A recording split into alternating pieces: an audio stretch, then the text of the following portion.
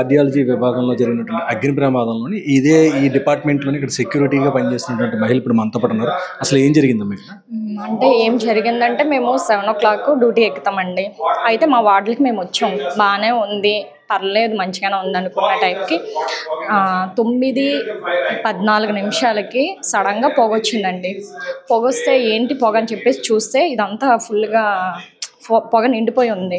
వెంటనే ఇంకా ఆలోచించకుండా పేషెంట్లు ఎక్కడెక్కడ పేషెంట్లు ఉన్నారో అందరికీ ఇబ్బంది లేకుండా బయటకు తీసుకొని వెళ్ళి పక్క వార్డులోని ఫ్యామిలీ ప్లానింగ్ అని గైనిక్ అని అక్కడ పెట్టాం. మంచిగానే అందరికీ ఇబ్బంది లేకుండా చేసాం. తర్వాత వచ్చి చూస్తే ఏసీ కాలింది. బ్యాక్ సైడ్ నుంచి వచ్చి అదంతా క్లియర్ చేశారు, అన్ని మంటలన్నీ ఆఫ్ చేశారు. ఇప్పుడు ప్రస్తుతానికి అయితే రూమ్ ఇట్లాగ అయిపోయింది. ఇది ఆధార్ కార్డ్ అంటే ఆరోగ్యశ్రీ డేటా ఎంట్రీ రూమ్.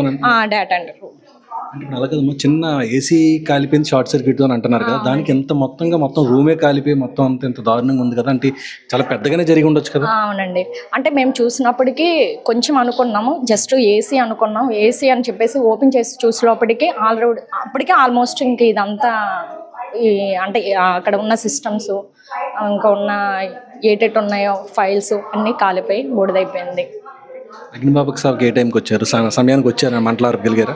సమయానికి వచ్చారు. మేము వెంటనే మా సూపర్వైజర్లకి ఇక్కడ ఫైర్ ఇంజిన్ సంబంధించిన మా కేజీహెచ్లో ఉన్న సిబ్బందికి మొత్తం కాల్ చేసాము.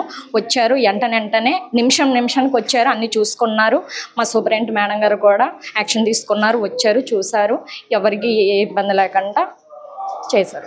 మీరు ఇక్కడే డ్యూటీ టైంలో ఉన్నారు కాబట్టి ఆ టైంలో ఇక్కడ ఎంతమంది పేషెంట్లు ఉన్నారో వాళ్ళని ఎలా పంపించారు ఇక్కడ నుంచి?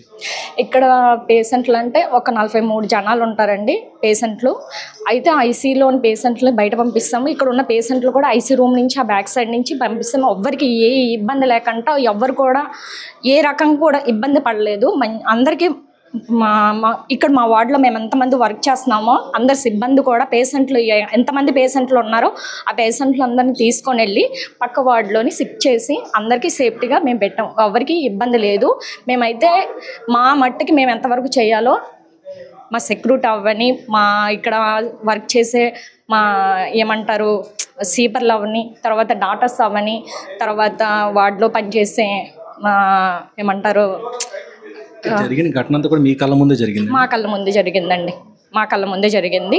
కానీ ఏ ఇబ్బంది లేకుండా ఎవరికి ఏ ప్రమాదం లేకుండా అవ్వడం అయితే అవ్వింది. Thank you. ఓకే.